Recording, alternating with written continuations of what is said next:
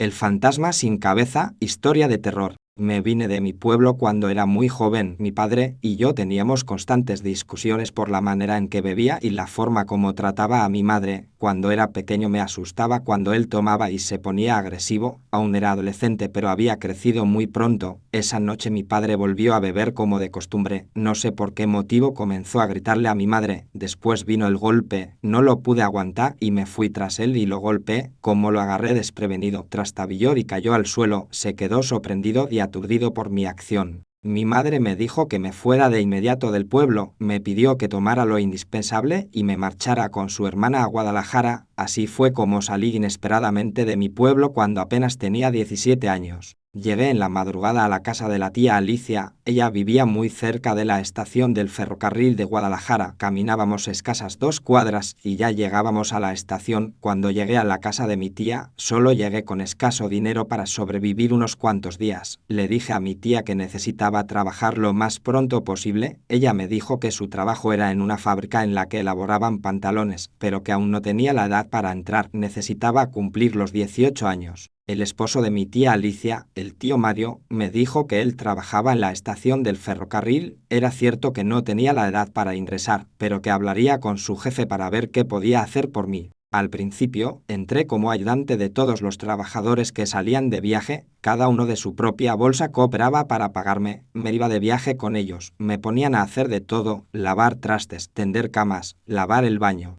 Solo esperaba tener la edad adecuada para tramitar mi ingreso formal. Mientras entré en el mundo de los viajes y comencé a ver a los compañeros de trabajo como parte de la familia, ya que viajaba durante casi una semana cuando iba a Nogales o a Mexicali. En cuanto cumplí los 18 años, mi tío Mario hizo los trámites correspondientes para que entrara formalmente como trabajador del ferrocarril. No era tan sencillo hacerlo, hubo que dar cierta cantidad de dinero para que ese trámite fuese posible, pero logré formar parte de la nómina. En la estación de ferrocarril había salidas a distintas partes de la República Mexicana. Cuando tocaba la salida a la Ciudad de México, el tren salía por las noches, a las 9 de la noche. Parte de mi trabajo consistía en usar impecablemente el uniforme para recibir en el pasillo de entrada a los pasajeros. Les daba la bienvenida, los orientaba hacia dónde se encontraba el andén del tren, así como ubicarlos en el asiento de pasajera. Cuando realizaba esta actividad no salía de viaje. Inmediatamente en cuanto el tren partía, mi trabajo ese día había concluido. Se le llamaba hacer plataforma. Como el tren era muy puntual, a las 9 de la noche ya estaba libre para departir con los compañeros del ferrocarril. Aunque era muy joven ya conocía muy bien a la mayoría de ellos. Nos quedábamos en el patio, así le decíamos a toda la zona de la estación aledaña a las vías del ferrocarril. Debajo de un roble grande compartíamos experiencias viajeras y bebíamos. En ocasiones me iba de ahí ya muy entrada la madrugada, cuando el patio ya estaba desolado y oscuro. Aquella noche que me fui como a la 1 de la mañana de la estación del ferrocarril vi una sombra que se movía detrás de un árbol. Iba un poco ebrio y pensé que todo era producto de mi imaginación. Iba rumbo a la salida por la rampa cuando algo me motivó a voltear hacia atrás. En el andén vi de nuevo a esa sombra que se escurría entre los pilares. Me quedé durante unos instantes atento para ver con más claridad lo que se movía entre los muros. Esta vez tuve mejor suerte, algo corrió y fue hacia la parte más oscura de la estación. Observé durante un poco más sin lograr verlo.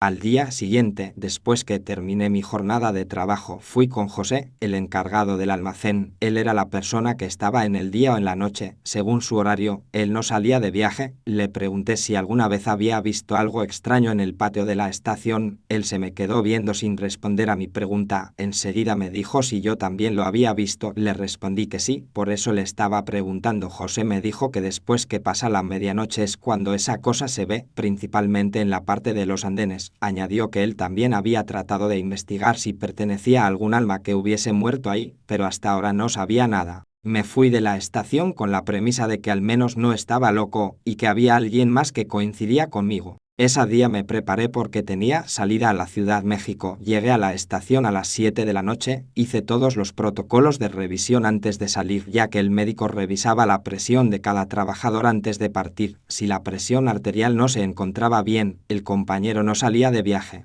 Me dispuse a asear el vagón que me correspondía. Faltaba más de 2 horas para que el tren partiera. En cuanto ingresé al vagón vi con claridad cómo una persona se metía al baño, me fui directamente para decirle que no lo podía usar, y es que en ocasiones los indigentes del lugar se metían a hacer sus necesidades. Toqué molesto la puerta. Cuando vi que nadie respondió a mi llamado, abrí la puerta con mi llave, pero al interior del baño no había nadie. Estaba seguro de haber visto una persona que corrió hacia ese lugar. Fue por demás que revisara en todo el vagón, no encontré a nadie. Durante mi trayecto a la Ciudad de México, después que atendí a cada uno de los pasajeros y realicé mis actividades, me fui un rato a la parte de atrás del vagón a observar el paisaje. Se veía muy poco porque reinaba la oscuridad. Sin embargo, con la poca luz de la luna, era posible disfrutar de la naturaleza. Se acercó conmigo Juan, mi compañero de viaje. Él me preguntó si no había visto nada extraño en mi vagón. De inmediato le respondí que sí. Él continuó diciéndome que no era la primera vez que le pasaba, ya en otras ocasiones, únicamente cuando tenía viaje a la Ciudad de México, era cuando le sucedía. Me dijo que veía a un hombre de extrema delgadez y color muy pálido, que cuando se asomaba al andén antes de partir, lo veía fijamente y se despedía de él, diciéndole adiós con su mano. Ha preguntado a otros compañeros sobre él, pero nadie dice haberlo visto, solo hasta que yo le pregunté coincidimos en lo mismo.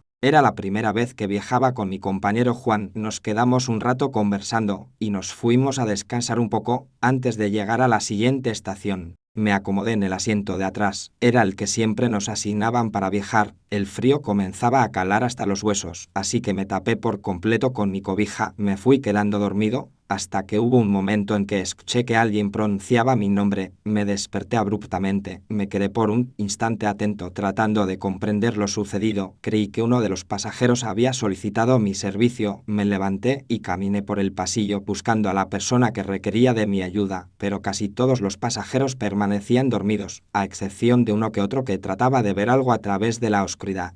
Me regresé a mi asiento. Esta vez ya no me dormí, estuve alerta a cualquier ruido. De pronto, escuché con claridad que alguien pronunciaba mi nombre de nuevo. Ya no tuve la menor duda de que alguien me había hablado. Después de lo ocurrido no volví a escuchar nada. El tren emitió el clásico pitido de que nos encontrábamos a punto de llegar a uno de los poblados. Aunque era de noche, los vendedores no faltaban en el andén, ofreciendo los servicios de comida y bebida. Aunque el tren tenía servicio de comedor, a cierta hora se cerraba el servicio de restaurante y no se podía adquirir alimentos, así que los pasajeros aprovechaban para bajar un momento y consumir algo. Me acerqué con una de las vendedoras para comprarme un chocolate caliente. Le estaba pagando cuando vi una sombra que caminaba a través de la vía, en sentido contrario del rumbo que tenía el tren. Ni siquiera esperé el cambio. Me encaminé hacia esa parte de la vía, pero cuando llegué al lugar la sombra había desaparecido. El viaje de regreso estuvo sin contratiempos. Llegamos a Guadalajara por la noche. Era necesario esperar a que todos los pasajeros se fueran. Así era como podía limpiar todo el vagón. Al final dejaba la limpieza del baño. Era el lugar que menos me gustaba.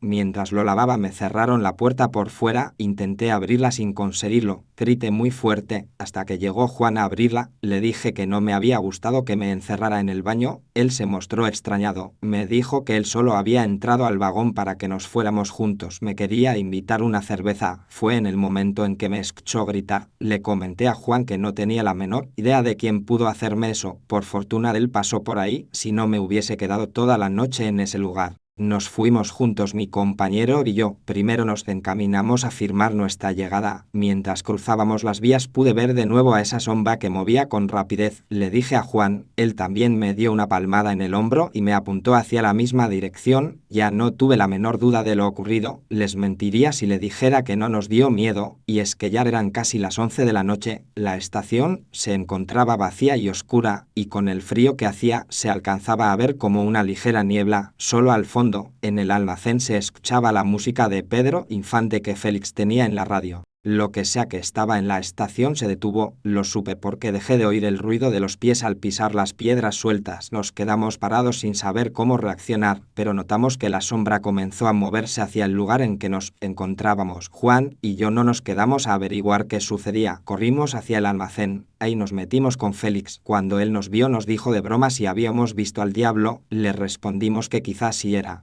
Félix cambió su sonrisa al vernos tan asustados. Nos dijo que tuviéramos mucho cuidado. Él llevaba varios años trabajando en el turno de noche y había visto de todo, pero prefería callarse para que no se fueran a burlar de él. Nos sentamos al lado de Félix cuando vio nuestro interés. Comenzó a decirnos que hace varios años conoció a otro compañero de trabajo, al igual que nosotros él también salía de viaje, nos dijo su nombre y sus características físicas. Se llamaba Rogelio, le dije que yo no lo conocí, Juan trató de recordarlo, dijo que quizás a él sí le había tocado salir con él en algún viaje. Félix continuó diciendo que él había llegado a ser conductor de ferrocarril, y no precisamente porque manejara el tren, sino porque así se les decía a los que alcanzaban un rango más alto en el escafón del ferrocarril. Él se encargaba de supervisar a los empleados como Juan y yo de que cumpliéramos con el horario y con el trabajo correspondiente. De cierta manera él era responsable de que todo saliera bien durante un viaje.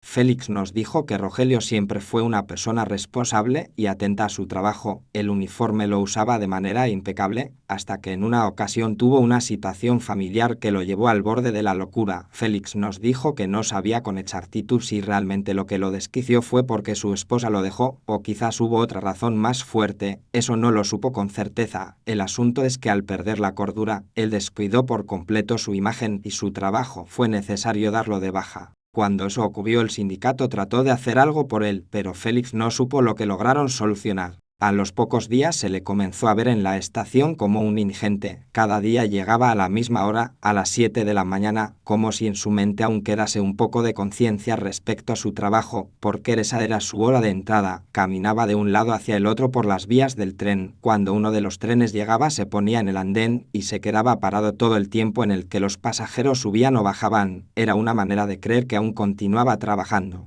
Mi compañero Félix continuó diciendo que todos se acostumbraron a verlo cotidianamente. No sabía a dónde se iba por las noches, porque Félix trabajaba de noche y no lo veía. Una mañana muy temprano, uno de los trabajadores que realizaba su labor en uno de los vagones se encontró con la escalofriante escena. Había un cadáver a un lado del vagón, pero solo estaba su cuerpo, no tenía cabeza. Las autoridades llegaron y le hicieron los análisis pertinentes. Fue cuando se supo que se trataba de Rogelio. Buscaron minuciosamente por toda la estación su cabeza, sin lograr encontrarla. Con el paso de los días alguien reportó que en la estación de Tequila habían encontrado una cabeza, era la de Rogelio. Por más indagaciones que se hicieron, no fue posible determinar cómo sucedieron los hechos, porque su cabeza había aparecido tan lejos, y cuál había sido el móvil del asesinato. Félix nos dijo que la primera vez que él comenzó a ver hechos extraños en el patio de la estación fue una noche que había llegado mercancía. Se encontraba junto con otro compañero descargando los insumos. Habían pasado solo 2 días de aquel encuentro triste del cadáver. Él vio una sombra que se movía entre la oscuridad. Esa ocasión eran después de las 11 de la noche. Félix detuvo un poco su relato. Se le notaba que todavía le afectaba. Yo no lo sabía, pero Rogelio fue un gran amigo de él. Después de la pausa prosiguió diciendo que a partir de ese día vio a alguien que se escurría entre la oscuridad. Nunca pudo verlo bajo la luz, por eso no supo de quién se trataba, pero casi tiene la certeza de que era él. Félix siguió diciendo que aún su espíritu vagaba en la estación, solo se le veía por las noches, a él nunca le ha hecho nada. Sin embargo, otros compañeros dicen que cuando se encontraban con la sombra en la oscuridad, sentían como si una cuerda atravesada en el cuello comenzara a asfixiarlos, luchaban contra lo que sentían, sin poder quitarse esa sensación.